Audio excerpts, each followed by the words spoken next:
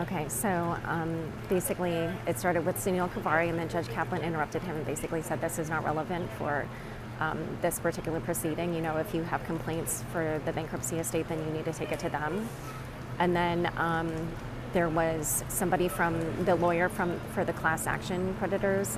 He said that SBF and the other, I guess, you know, insiders were being very helpful, and he wanted the judge to take that into account.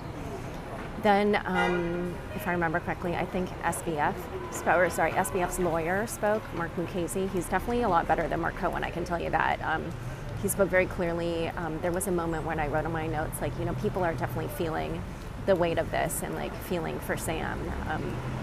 You know, but he said things like, oh, Sam was somebody who acted not with malice in his heart, but with math in his head. These words would be later used against him. And then SBF spoke very briefly. He spoke a little bit haltingly. You know, however, the main thing that I wrote in my notes at that point was he talked about how FTX suffered a liquidity crisis. I knew that was not going to go over well with his judge, because that was the exact argument in the trial that had, you know, caused the judge to say things like, you know, that like you can't steal money from a casino, or you can't steal money and then go bet it at a casino, and then if you win, like say you didn't commit a crime or whatever.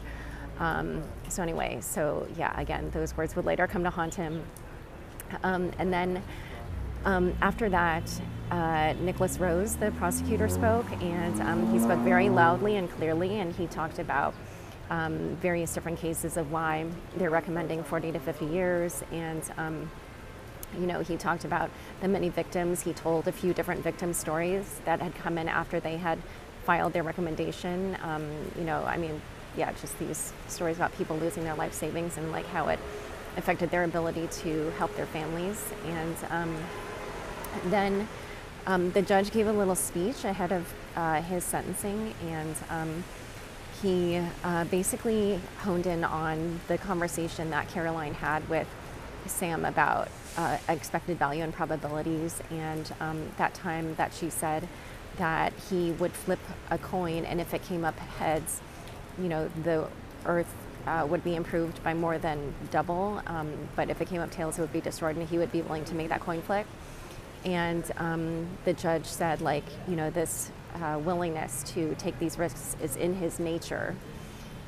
And he kind of said, like, you know, saying that somebody doesn't have malice in their heart but math in their head, like, you know, that says like they're willing to take these bets again if they think the math works out. And so, you know, I'm going to impose a long sentence. And there was some sentence that he said where he kind of like punched out the words, like basically saying like, and I'm sorry, because it's raining, it's a little bit hard for me to organize my notes, but yeah, I'll have to tell you guys later, but I remember he spoke very clearly, like saying, like, I don't see this as a reason to reduce the sentence, essentially. I don't know the exact words. And then, yeah, the other thing that he called out was when Caroline had talked about, oh shoot, anyway, sorry that I'm not able to remember everything, but the point is that, yeah, eventually he said that he felt like it should be a long sentence, maybe not as long as the government asked for, but yeah, he ended up giving him 25. So I've got to run, but yeah, more from us later.